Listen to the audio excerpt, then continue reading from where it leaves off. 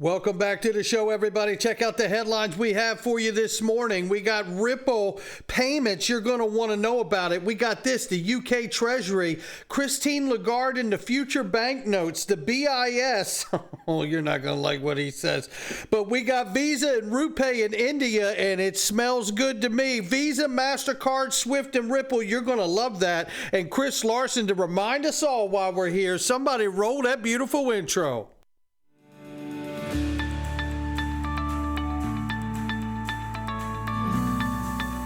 Digital Perspectives with Brad Kimes. Come on in.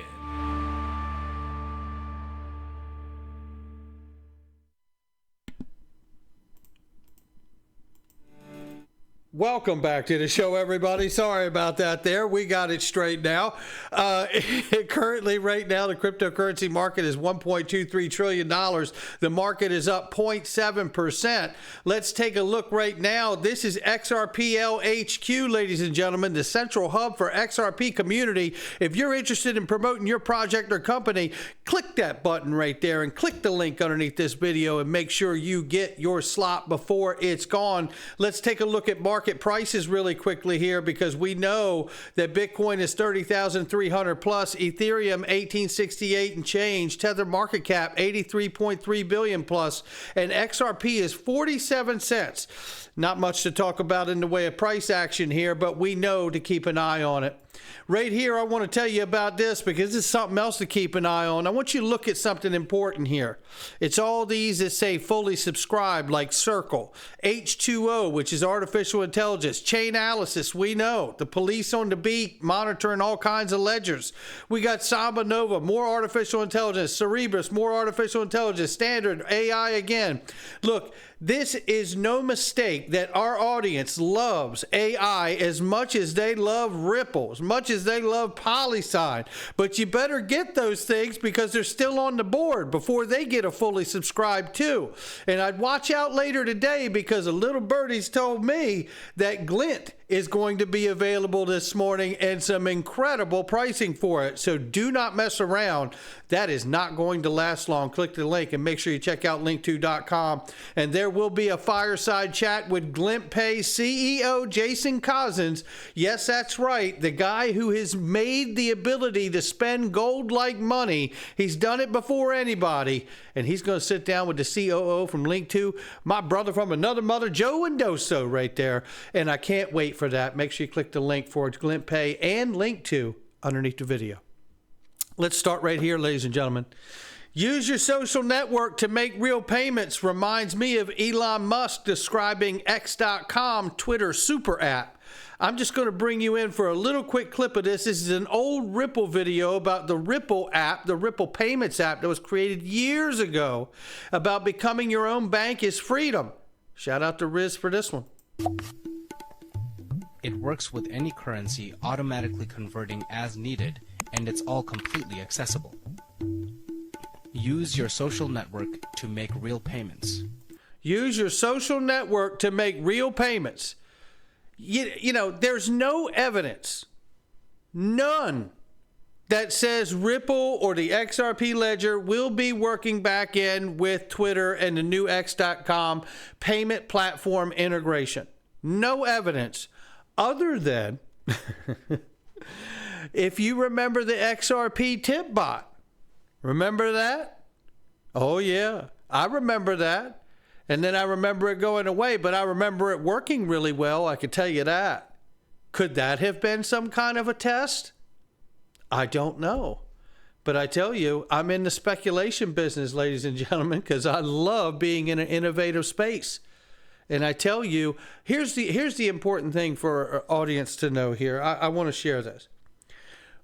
Even if XRP and the ledger is not involved, or Ripple and RippleNet, ODL, however you want to say it, even if none of those things are involved, this is a new emerging payment infrastructure being integrated with one of the biggest social networking apps in the world. Whatever is going to power it, I want to invest in it. So that's why we're talking about it.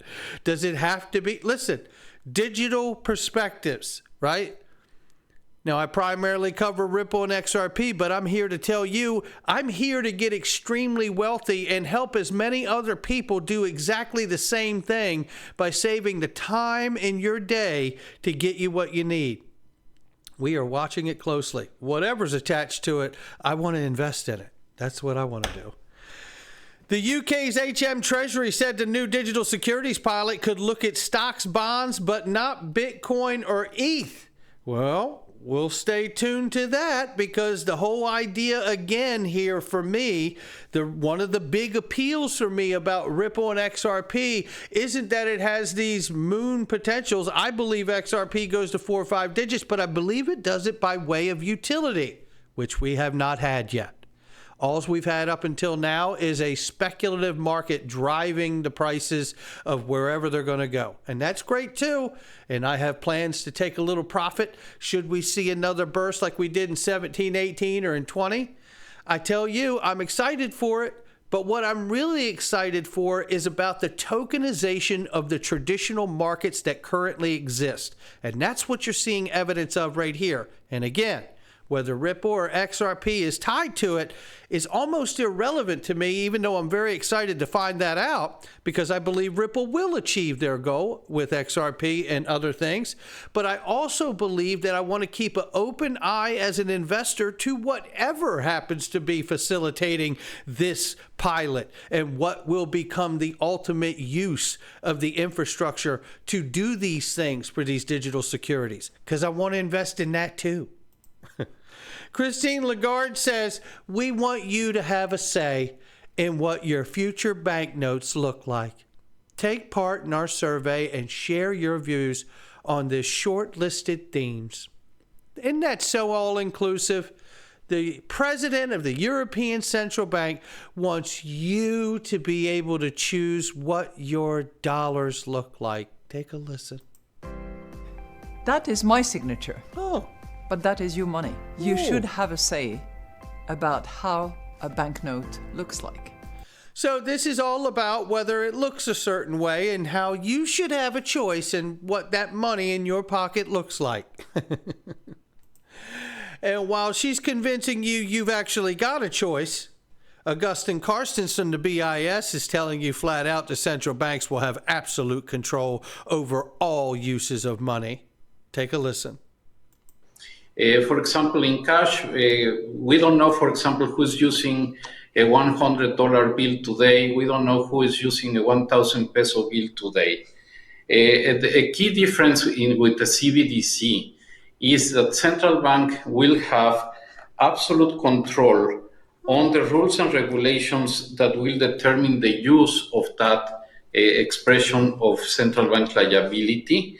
And also, we will have the technology to enforce that. So there you have it. So while Christine Lagarde's making sure you know you have a choice to pick out what your money looks like, the fat man over here is telling everybody, I don't care what it looks like. You pick what you want it to look like. I just want to have control of it.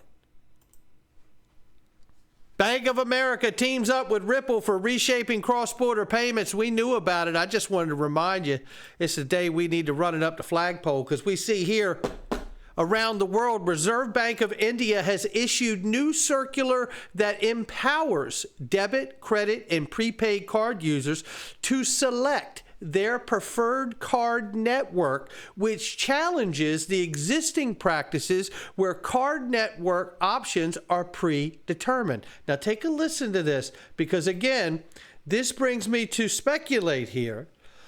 What do we know here? What they're saying is that all prepaid customers, debit card, or credit card customers in India will be able to port their networks, which is essentially a card network portability enables consumers to transfer their card accounts from one network to another.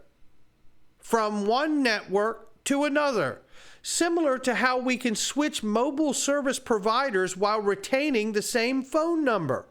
With the card network portability, cardholders have the flexibility to migrate to a different payment network while keeping their existing card accounts, balances, and credit history intact. Now, I'm going to tell you, again, it does not say in here that Ripple is involved in any way, but when I read that, I am reminded immediately, and I mean immediately, of the patents that Bob Way worked on, which help to serve this purpose, where you can cross payment networks to settle transactions for the first time in the history of mankind.